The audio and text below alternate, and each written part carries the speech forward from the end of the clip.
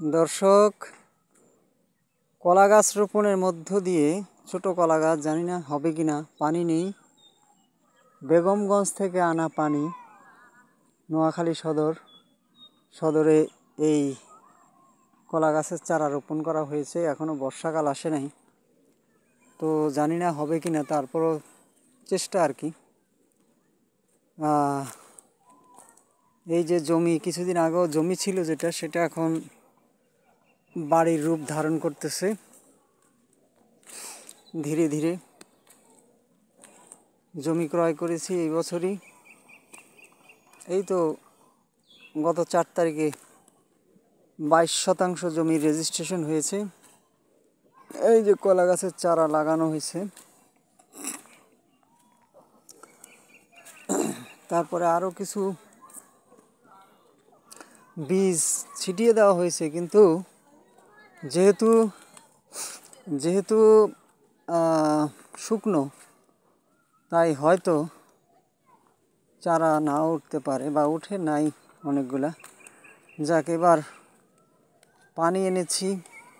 এখানে আবার নোয়াখালীর, এটাকে বলে কোনো এলাকায় বলে পাইত্রা, বরিশাল অঞ্চলে বলে পাইত্রা, নোয়াখালীতে বলে মস্তাক বলে, কোনো কোনো এলাকায় মত্তাক এইভাবে। তো যাই হোক, এই যে আমার জমি বাড়ির আকার ধারণ করেছে। এই যে পুকুর হচ্ছে, পুকুরটা মোটামুটি অনেক বড় হবে, অন্তত 8-9 শতাংশ জুড়ে পুকুর হবে।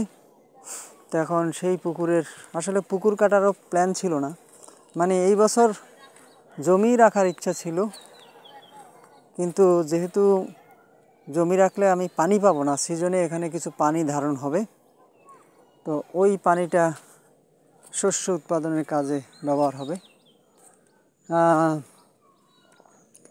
এই যে এখানে আমি কিছু কোদাল দিয়ে করেছি,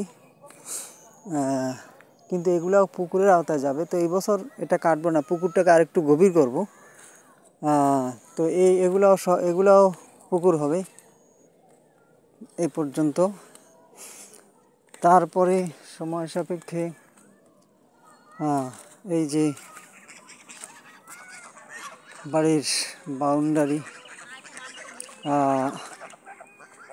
বাড়ির কেউ বলে, আমাদের এই অঞ্চলে বলে আড়া, বাড়ির আড়া।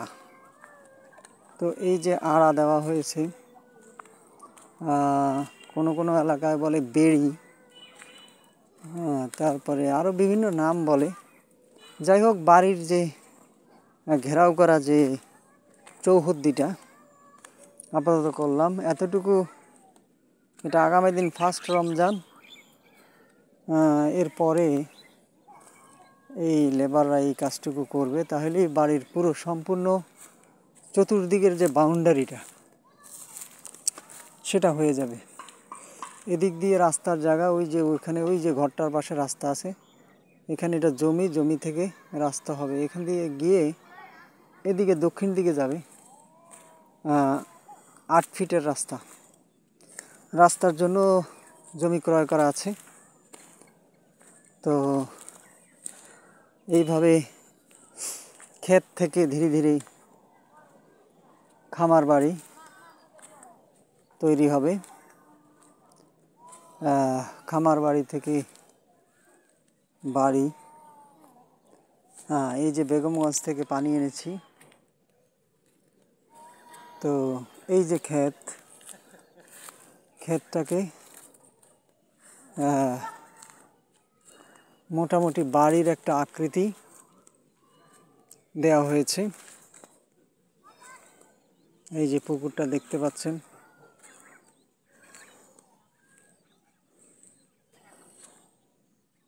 চতুর্দিকে আরেকবার দেখাচ্ছি। ওই যে পাশে ওইদিকে একটা প্রাইমারি স্কুল রয়েছে, অনেক বড়, কিন্তু এখান থেকে দেখা যায় না। ওই প্রাইমারি স্কুলের একটি অংশ দেখা যাচ্ছে। আর এই বাড়িগুলোর ওই পরেই, কত 2-3 মিনিটের রাস্তা, সেখানে রয়েছে বাজার। তারপরে এখান থেকে হয়তো আরেকটু উঁচা হলে দেখা যেত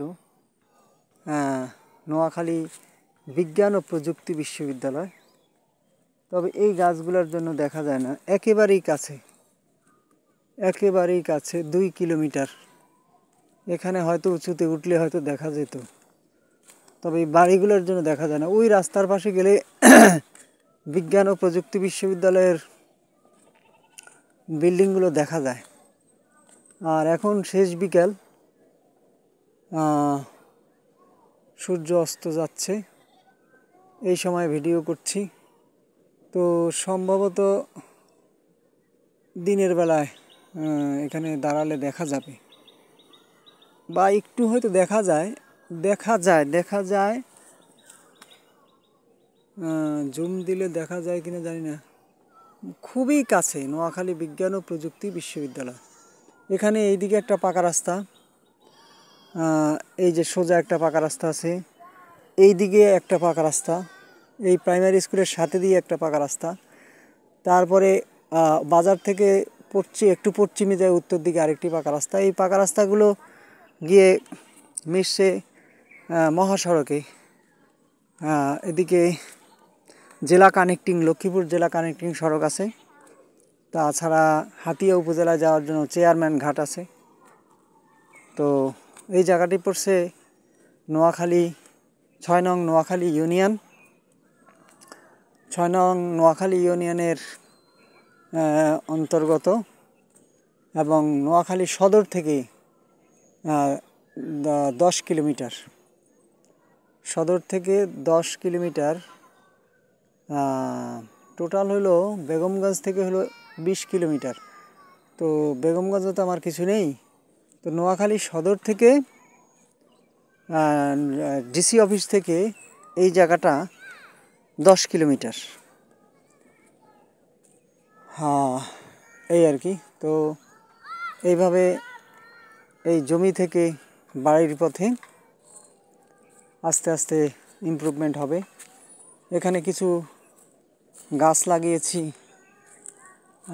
কচু গাছ, জানি না হবে কিনা, আজকে একটু পানি দিয়েছি।